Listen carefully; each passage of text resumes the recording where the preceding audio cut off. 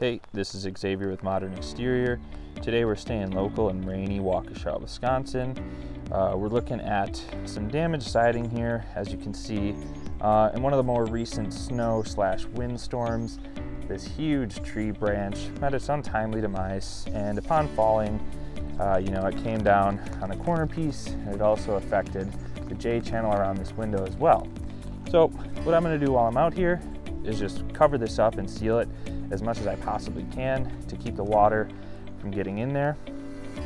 And then the bare minimum recommendation is going to be that we go from the top to the bottom of this window, take both sides of the siding off. That way we can address the corner piece and the J channels on both sides and just make sure that that's all sealed up properly.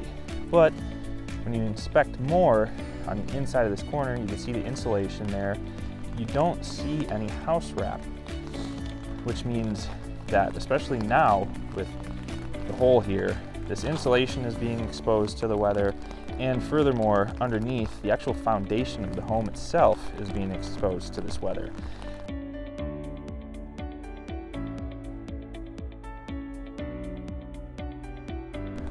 Now, because this corner specifically isn't house wrapped, more than likely the rest of the house is the same way, and we'll have to further inspect that.